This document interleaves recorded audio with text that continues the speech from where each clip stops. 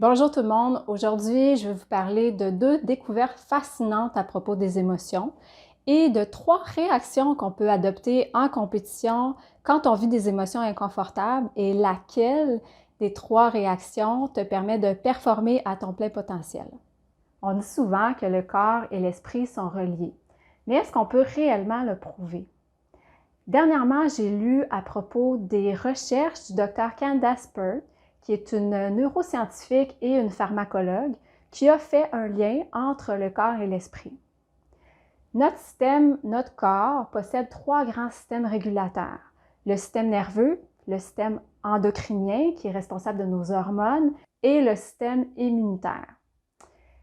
Nos systèmes ont appris à se parler. Pour garder un équilibre dans le corps, ils ont développé un langage commun et ils utilisent les mêmes molécules pour se parler. Puis ces molécules-là, ils s'appellent des neuropeptides. Et ce que le Dr. Candace a découvert, c'est que les émotions produisent elles aussi des neuropeptides. Il y a plusieurs recherches en neuro-endocrino-immunologie qui ont démontré le lien entre les états émotionnels et la production de neuropeptides. Donc, si nos émotions produisent des neuropeptides et que les neuropeptides sont un moyen de communication entre nos systèmes, entre les systèmes du corps, ça veut dire que nos émotions communiquent directement avec notre corps. Et ça va du côté des émotions positives et des émotions dites négatives ou inconfortables. C'est-à-dire que des émotions comme la colère, la peur, l'anxiété affaibliraient notre système immunitaire et des émotions positives comme la joie, l'amour, la gratitude, l'appréciation renforceraient notre système immunitaire. Parallèlement, dans un autre domaine de recherche, la kinésiologie appliquée, on a fait une découverte semblable. On a utilisé des tests musculaires pour déterminer les effets des pensées sur la force du corps, sur le tonus du corps. Donc, par exemple, on demandait à une personne d'avoir une pensée, on va dire négative, puis de la répéter dans sa tête, la répéter plusieurs fois mentalement, et en testant musculairement, on a découvert que la personne s'affaiblissait. Ensuite, on a demandé aux personnes d'avoir des pensées positives et de les répéter mentalement, et on a découvert que la force du corps augmentait par le test musculaire. Suite aux découvertes en kinésiologie appliquée, le docteur David Hawkins, dans son livre Power versus Force, a utilisé la kinésiologie appliquée pour calibrer les émotions puis leur donner une valeur de 1 à 1000.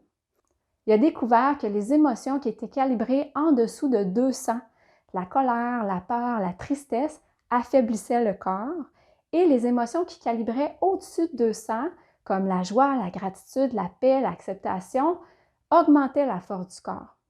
Donc, le point de bascule se trouverait au-dessus de 200 et non seulement quand tu es au-dessus de 200, tu renforces le corps, mais ton émotion, plus elle monte dans l'échelle, plus elle a une valeur élevée, plus elle renforce le corps. Donc, il y aurait une hiérarchie dans les émotions. Ce qui est intéressant, c'est que la neutralité dans l'échelle de Hawkins se calibre à 250. Dans une précédente vidéo, j'ai parlé du point neutre. Je disais que quand on parle d'une émotion inconfortable, si on veut revenir dans le positif, on a besoin de passer par le point neutre. C'est plus facile de passer par le point neutre pour ensuite aller vers le positif. Mais déjà, quand on est rendu dans la neutralité, on a déjà un corps qui est plus fort, on augmente notre tonus musculaire.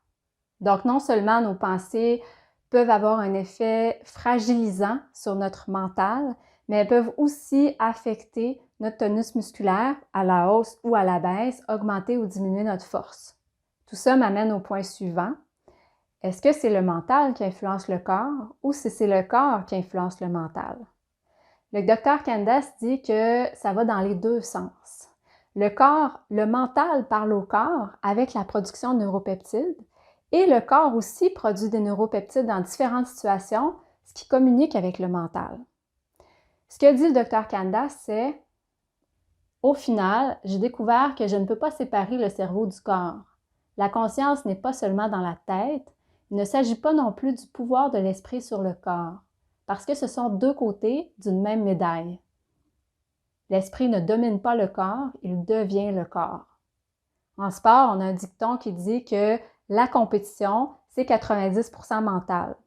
C'est peut-être pas tout à fait vrai parce que mon corps a une grande influence sur mon mental. Donc, par exemple, ce que je mange va affecter la production de neuropeptides et donc va affecter mon mental. Mon type d'activité physique aussi a un effet sur les neuropeptides, sur leur production et vont aussi affecter mon mental. Tout est lié. Maintenant, qu'est-ce que ça veut dire tout ça pour un athlète? Quand tu génères des pensées, tu génères des émotions qui vont produire des neuropeptides qui vont communiquer avec ton système nerveux ou ton système immunitaire. Quand tu génères des pensées qu'on dit négatives ou inconfortables ou qui se classent dans l'échelle des valeurs de Hawkins en dessous de 200, ça va affaiblir ton système.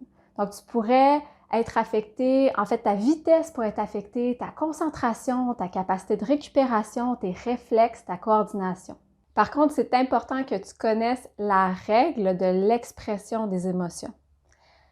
Tu ne peux pas réprimer une émotion. Tu ne peux pas la nier. Tu ne peux pas juste la balayer en dessous du tapis. Tu ne peux pas simplement la remplacer par une émotion positive. La pensée positive à tout prix, ça ne fonctionne pas. Ton corps n'est pas dupe. Ton corps, il sait que tu vis l'émotion. Même si tu la caches, elle est quand même dans ton corps. Elle va continuer à produire des neuropeptides, puis ça va continuer à affecter ton corps. Donc, ce que tu veux, c'est apprendre à réguler tes émotions. Quand on parle de réguler les émotions, on peut aussi parler de digérer nos émotions. Comment est-ce que toi, tu digères tes émotions? Il y a 3 façons. La première façon, c'est la répression des émotions. C'est faire comme si l'émotion n'était pas là. Par exemple, ton entraîneur pourrait te faire un commentaire sur ta façon de t'entraîner puis te dire que tu ne fais pas d'effort. Puis toi, tu pourrais ne pas être d'accord puis te dire que c'est pas vrai, tu travailles fort, puis tu pourrais commencer à devenir frustré, à te dire que tout ça, ça sert à rien, puis que tes efforts sont pas reconnus. Mais tu décides de te taire parce que tu te dis « Mon entraîneur a sûrement raison, je vais travailler plus fort, c'est important d'écouter mon entraîneur. » Ton émotion de colère, elle a un message pour toi. Peut-être qu'elle veut dire que tu ne te sens pas reconnu dans tes efforts puis que tu ne te sens pas respecté. Ça ne veut pas dire que ton entraîneur ne te respecte pas, mais il n'a peut-être pas compris ce que tu essayais de faire. Donc, ton émotion est en train de te dire de l'exprimer pour que tu puisses donner ton point de vue puis obtenir la reconnaissance puis le respect dont tu as besoin. Quand tu ne l'exprimes pas, elle perdure dans le temps puis elle affaiblit ton système. La deuxième façon de réguler tes émotions, c'est d'aller à l'opposé du continuum. Donc, de perdre ton sang-froid, de t'emporter contre la personne ou la situation. Donc, dans la situation que j'ai nommée, dans l'exemple que j'ai donné, tu pourrais commencer à t'emporter contre ton entraîneur, lui dire que c'est pas vrai, qu'il comprend rien, qu'il s'en prend toujours après toi, qu'il s'en prend toujours à toi, que tu fais des efforts. Et il y a même certains athlètes qui vont arrêter de s'entraîner, qui vont quitter le gymnase, vont quitter le terrain.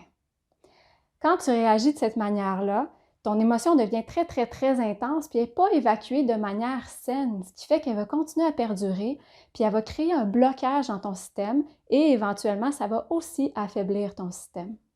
La troisième façon de gérer les émotions, c'est d'agir en conscience avec discernement. Dans l'exemple que je t'ai donné plus tôt, par exemple, tu pourrais observer la situation puis te dire « Wow, je suis vraiment fâchée, puis j'aime vraiment pas ça quand mon entraîneur me dit ça. » Puis là, tu pourrais te poser la question « Mais qu'est-ce qui me dérange là-dedans? » Puis avec le temps, tu pourrais te rendre compte « C'est parce que je mets des efforts et j'ai l'impression que c'est pas reconnu. » Une fois que tu as compris tout ça, tu as tous les éléments, les informations pour choisir la réaction qui est appropriée. Dans ce cas-ci, ça pourrait être d'exprimer ton point de vue, puis de dire à ton entraîneur quelque chose comme « Je suis pas d'accord, je fais des efforts, j'ai fait plusieurs répétitions, puis j'ai amélioré la position de mes pieds comme tu me l'avais demandé auparavant un peu plus tôt. » Puis peut-être que ton entraîneur va te répondre quelque chose comme « Moi, je regardais la position de tes bras, puis je trouve qu'il n'y a pas d'amélioration. » Puis là, tu viens de comprendre que vous ne regardiez pas la même chose, que vous ne portiez pas votre attention au même endroit. Puis c'est pour ça qu'il y avait un malentendu. Donc, toi, en exprimant ton opinion, ça t'a permis de comprendre ce que ton entraîneur voulait. Donc, pas nécessairement faire plus d'efforts, mais mettre tes efforts ailleurs. Puis, te rappeler à l'ordre ton entraîneur, parce que moi, ça m'arrive d'oublier quand je donne des commentaires à des athlètes. Des fois, j'oublie les commentaires que j'ai donnés, les corrections, puis je regarde autre chose. Donc, te rappeler à ton entraîneur de faire un suivi sur les commentaires qu'il donne. Pour être capable de réguler nos émotions, il y a 2 aspects qu'on doit travailler.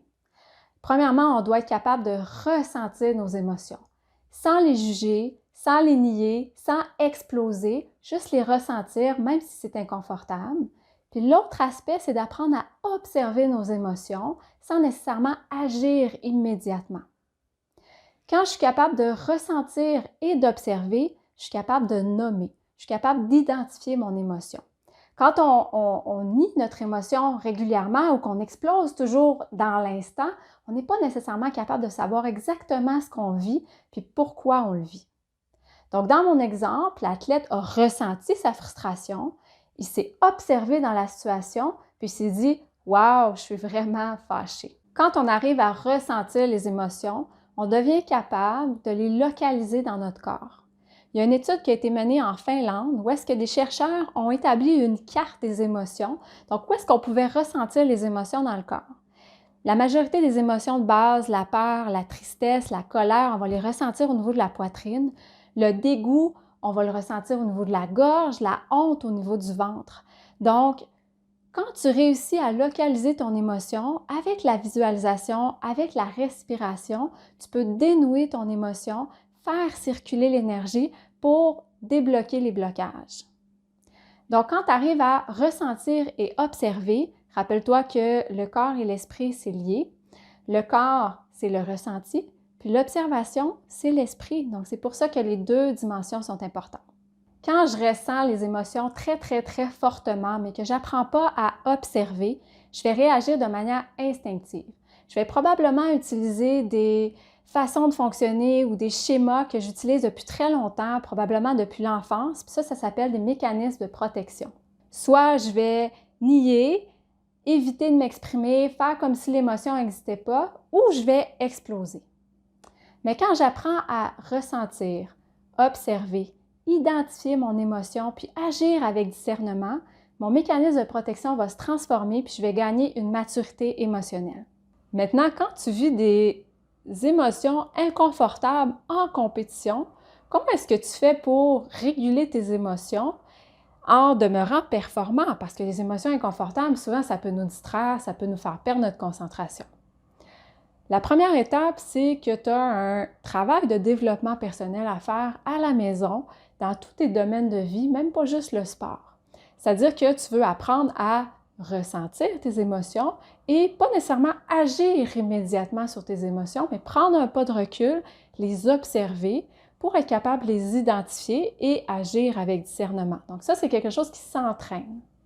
Ensuite, ce que tu veux, c'est apprendre à générer des émotions positives, énergisantes, tonifiantes.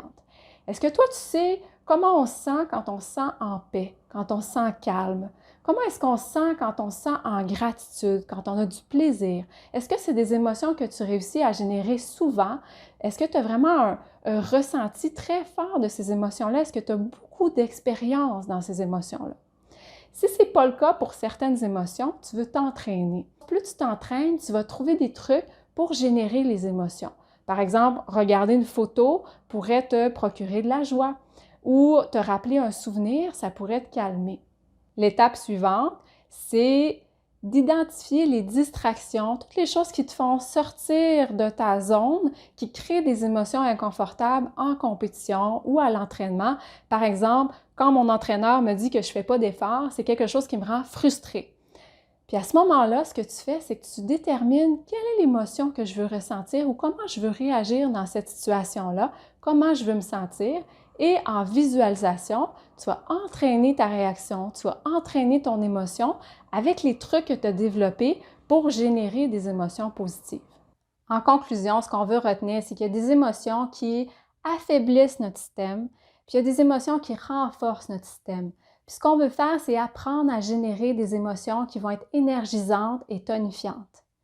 Mais le plus important à retenir, c'est que toutes les émotions sont saines parce qu'elles nous envoient des messages qu'on va décoder pour rester en équilibre, autant physiquement que mentalement. Dans notre vie, dans le passé, il y a eu des moments où on s'est senti pas respecté, où est-ce qu'on s'est senti rejeté, où est-ce qu'on s'est pas exprimé, où est-ce qu'on n'a pas mis nos limites. Puis ça a créé des blocages dans notre corps. Puis chaque situation difficile qu'on vit ou chaque défi, c'est vraiment une opportunité à saisir pour débloquer, dénouer les nœuds, puis faire circuler l'énergie, puis se défaire de l'émotion pour retrouver notre équilibre physique et mental. Donc, au final, on veut apprendre à exprimer nos émotions, mais d'une manière bienveillante, tolérante, respectueuse, autant envers nous-mêmes qu'envers la personne qui est en face de nous. J'espère que tu as apprécié cette vidéo. Si mes conseils te sont utiles, aime la vidéo, partage et sur ce, je te souhaite un bon entraînement émotionnel et à bientôt.